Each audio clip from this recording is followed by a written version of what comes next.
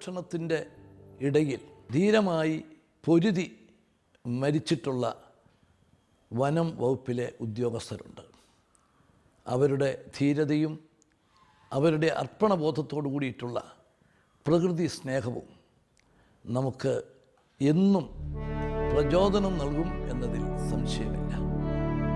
അവരെ സ്മരിക്കുന്നതോടൊപ്പം അവരുടെ കുടുംബത്തോടൊപ്പം നമ്മൾ ഉണ്ടാകും എന്ന് ഉറപ്പ് നൽകാനും നമുക്ക് സാധിക്കണം.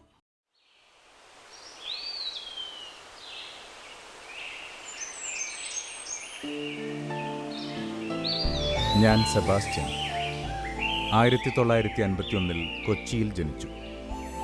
1981 ഫോറസ്റ്റ് ഗാർഡായി വനം വകുപ്പിൽ ജോലിയിൽ പ്രവേശിച്ചു. നിലമ്പൂർ കാടുകളുടെ കാവൽക്കാരിൽ ഒരാളായി ഞാൻ ജീവിച്ചു വന്നു. ഏകനായുള്ള വനയാത്രകളായിരുന്നു ഞാൻ ഏറെയും ഇഷ്ടപ്പെട്ടിരുന്നത്. ഇടതൂർന്ന കാട്ടുവഴികൾ ഞാൻ മനഃപ്പാഠമാക്കിയിരുന്നു. വനസമ്പത്തിൻ്റെ കാവലാൾ എന്ന ചിന്ത എന്നും എന്നിൽ അഭിമാനം നിറച്ചിരുന്നു.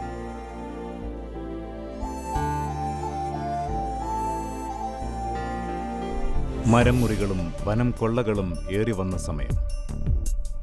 100 വർഷങ്ങൾക്കുമേൽ ചരിത്രം പറഞ്ഞ വൻ നിലമ്പൂർ തേക്കുമരങ്ങൾക്ക് രാത്രികാലങ്ങളിൽ ഞങ്ങൾ കാവലിരുന്നു. ഞങ്ങൾക്കൊരു ലക്ഷ്യമുണ്ടായിരുന്നു. ഒരു മരവും മുറിച്ചു പോകരുത്, ഒരു വേട്ടയും അനുവദിക്കണം.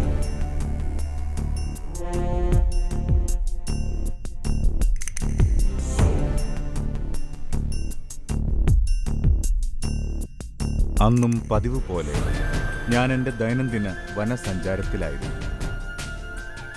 അപ്പോഴാണ് ആ രഹസ്യ വിവരം ലഭിച്ചത്.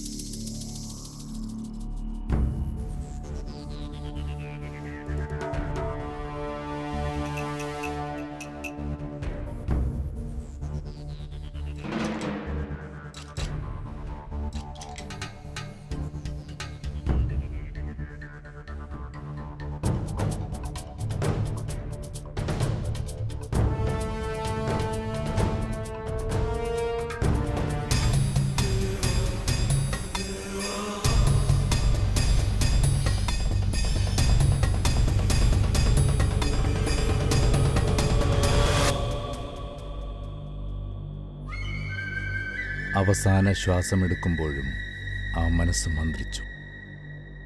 ഞാൻ സെബാസ്റ്റ്യൻ. ഞാൻ ജനിച്ചതും ജീവിച്ചതും മരിച്ചതും എനിക്ക് വേണ്ടി മാത്രമല്ല.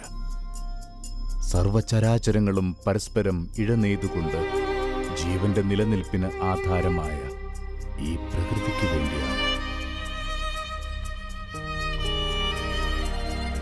അർപ്പണ മനോഭാവമുള്ള ഇത്തരം വനപാലകരാണ് ജൈവ വൈവിധ്യ സമ്പൂർണമായ ഈ അമൂല്യ വനസമ്പത്തിനെ സംരക്ഷിച്ചു പോരുന്നത്. അവർ ആരും തന്നെ ചരിത്രത്താളുകളിൽ ഇടം പിടിക്കാതെ, അംഗീകരിക്കപ്പെടാതെ, ഓർമ്മിക്കപ്പെടാതെ മാഞ്ഞു പോകരുത്. ഓർക്കുക, എന്നത്തേക്കും സംരക്ഷിക്കപ്പെടേണ്ട വനത്തിനും വന്യജീവിതങ്ങൾക്കുമായി അവർ സമർപ്പിച്ചത് ഒന്നിനും പകരം വയ്ക്കാനില്ലാത്ത അവരുടെ ജീവനായിരുന്നു.